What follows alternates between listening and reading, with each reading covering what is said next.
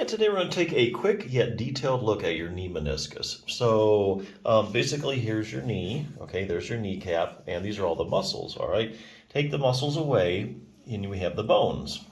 So here's your kneecap for reference. All right. So now that you're familiar with that, here's how the meniscus fits into your joint. We're going to take a look at the meniscus itself. Recall that each of your knees has a medial inner meniscus and a lateral outer meniscus. Okay, so it has two of them, inner and an outer one. So it's kind of C-shaped. Okay, both of which fit neatly between your two leg bones, the femur, which is here, and your tibia, which is there. Now, if you pull one of these suckers out and you look at it under the microscope real closely, you can see that within each meniscus, there's actually 3 different zones, okay?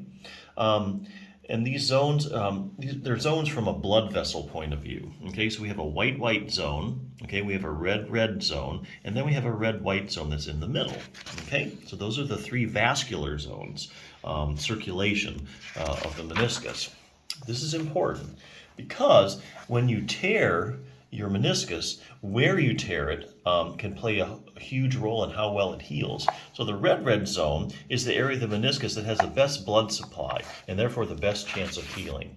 So here's the red zone. It's red because there's lots of blood vessels. So blood vessels means blood, which means nutrients that can heal any tears. On the other hand, the white zone has the worst blood supply and therefore has the poorest chances of healing. So here's the white zone, the inner side. Okay? So if you tear there, not such good a chance.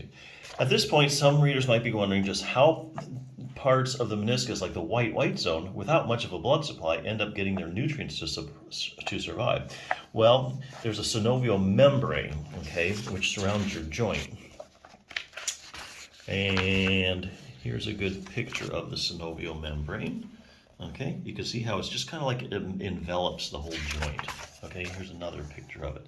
That's the synovial membrane. Okay, now your synovial membrane, it's this membrane that produces something called synovial fluid. Okay, synovial fluid floats around in your knee and carries nutrients to the meniscus. Okay, interestingly, mechanical motion, such as knee exercise and moving your knee around, does a lot to spread this synovial fluid all around. Okay, so there you go.